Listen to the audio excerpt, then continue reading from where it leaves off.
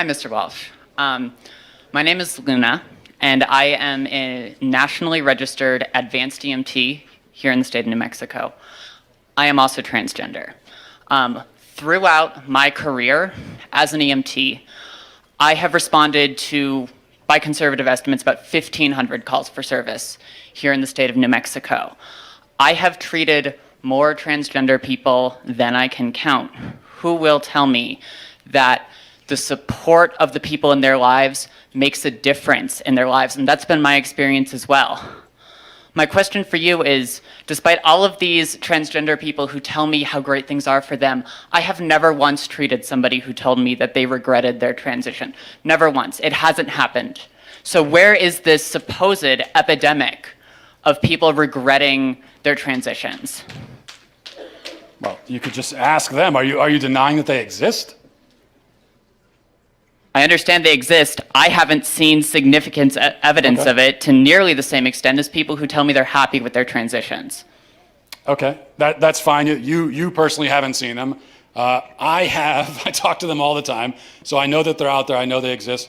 I also know that, I know a couple other things. I also know that the suicide rate, as we established, suicidality for trans people remains sky high even after transition.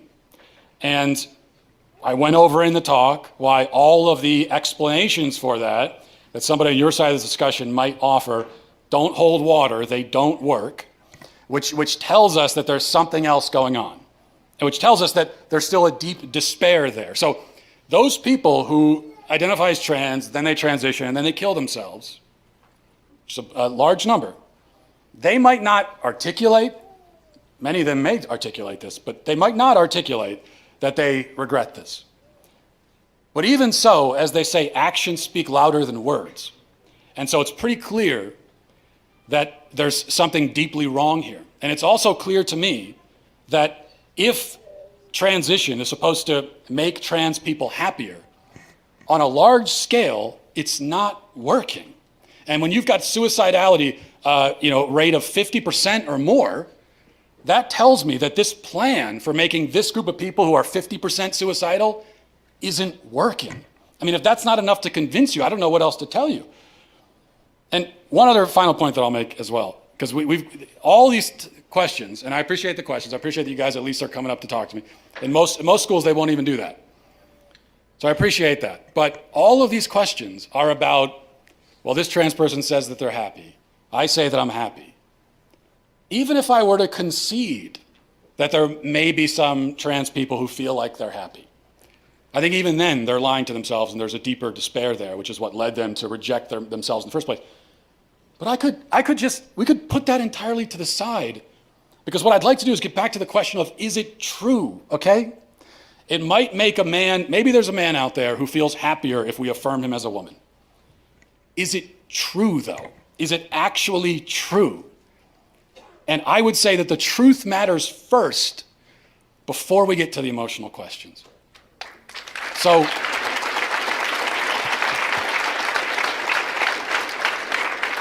I'll throw it back to you. Biological male says that he's a woman, wants to be affirmed as a woman. Is it true? Is the claim that he's making about himself, is it actually true? Yes. How? How do you know that? How would you define a woman? Because you've asked other people up here to define how we would define a woman. How would you define a woman, Mr. Walsh? An adult human female.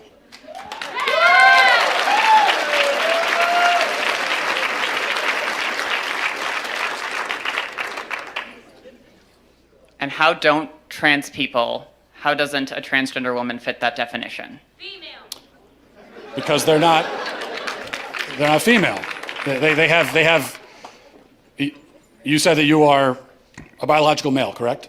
I said I'm transgender. I might be intersex for all we know. About almost as many people in the world are transgender as intersex, and a lot of people don't know.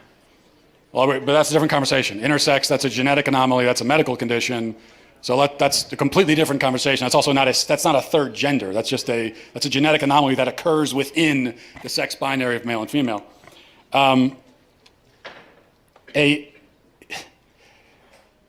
What you're saying is that a quote-unquote trans woman is a female. By the definitions I'm familiar with, yes. So how would you define female? Through my training in healthcare, there are several different categories for how we define sex. People bring up chromosomes. People also bring up hormone levels. People bring up all sorts of other categories. Lots of people don't fit neatly into a gender binary, even people we don't consider to be intersex. It's a complicated spectrum. It's not complicated, but you also didn't define. So what is a woman? What is a female? What do these words mean? It's complicated, and I know you're not going to like that answer, but that's because there are no simple answers in human biology. Let me ask you a question. You guys, Can I ask you one last question? hang on. Just let me finish.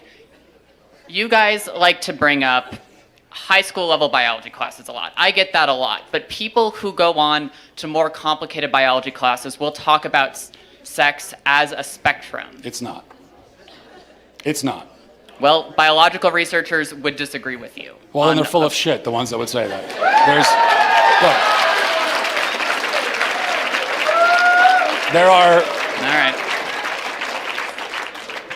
There are male gametes and female gametes. Oh, I had one last question. Mr. Walsh, can I ask a question? I just had one quick, can you come back for 1 second? Because this is an important question. You said you're an EMT. Yes. Okay, if you're responding to a health emergency. Biological male, somebody with a penis is having a medical emergency. And they say to you, I think I'm having a miscarriage. Would you check them to see if they're having a miscarriage? Would you consider that a possibility for them?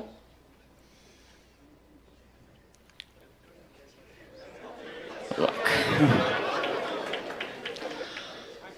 No, but that's because some people don't have body parts.